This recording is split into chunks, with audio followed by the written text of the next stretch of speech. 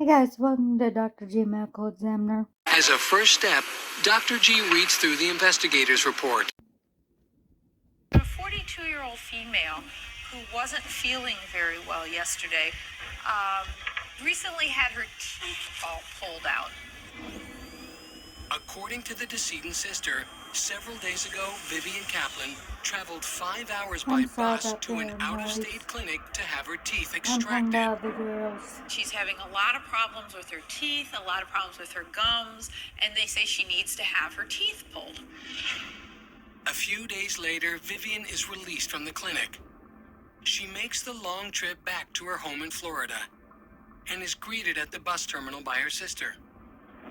Things seem to have been going well. She came in last night. Things were fine. Her sister was talking to her. And then about 6 o'clock in the morning, she wakens her sister and says that she feels like she's got a low blood sugar. Now, she knows this because she's a diabetic. She's had diabetes for about 3 years, and she's type 1 diabetic in that she needs insulin. So her sister immediately responded to that by getting her something to drink to raise her blood sugar.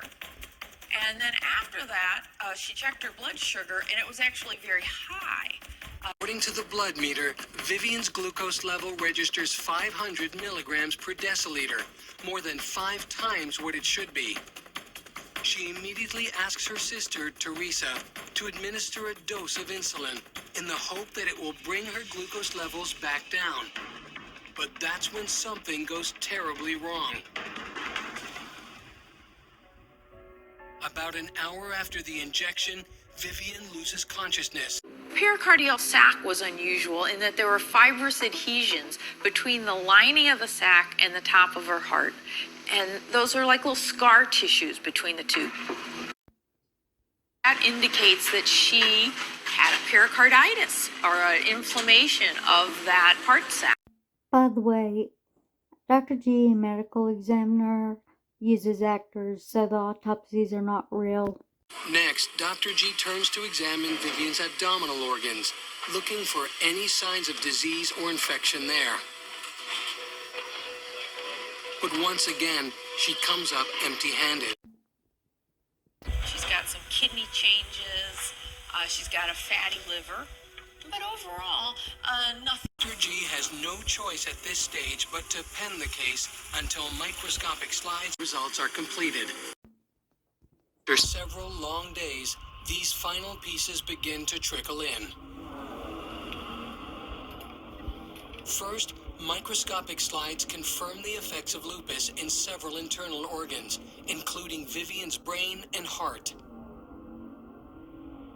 Her kidneys were also damaged by type 1 diabetes. Still, there is no sign of infection in any of her organs or blood. But then, Dr. G reads.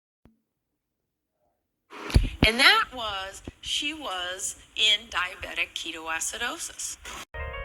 Insulin is the hormone that is made by the pancreas that takes your blood sugar, your glucose, and brings it into your cells. So your body can use that for energy.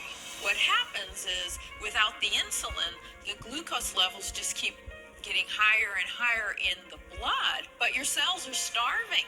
Your cells don't have any energy. So what happens is your body is going to have to start breaking down other components like protein and fat to get energy.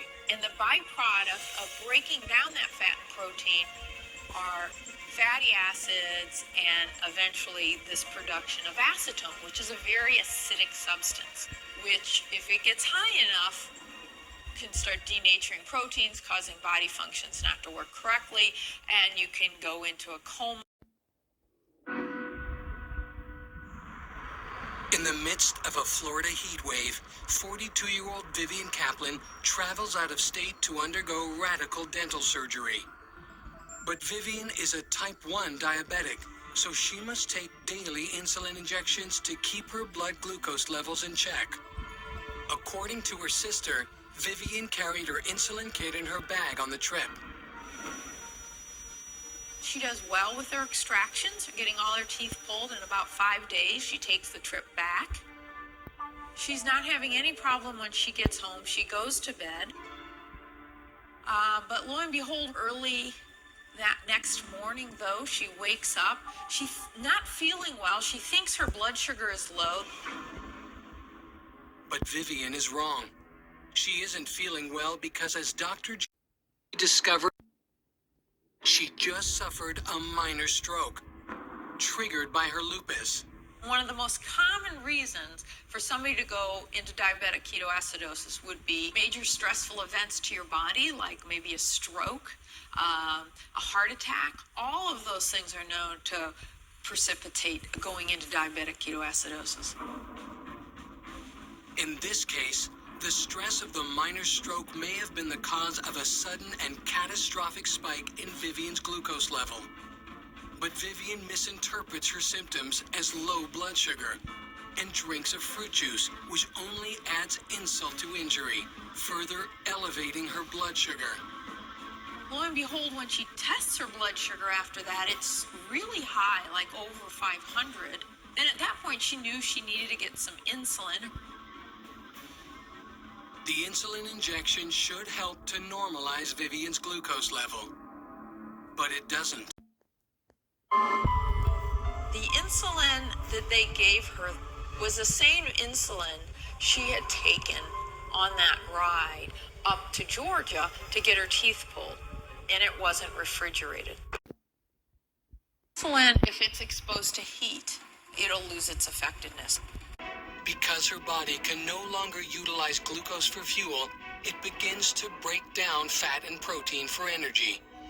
That causes her blood to get very acidic, which then spirals into her going into diabetic ketoacidosis.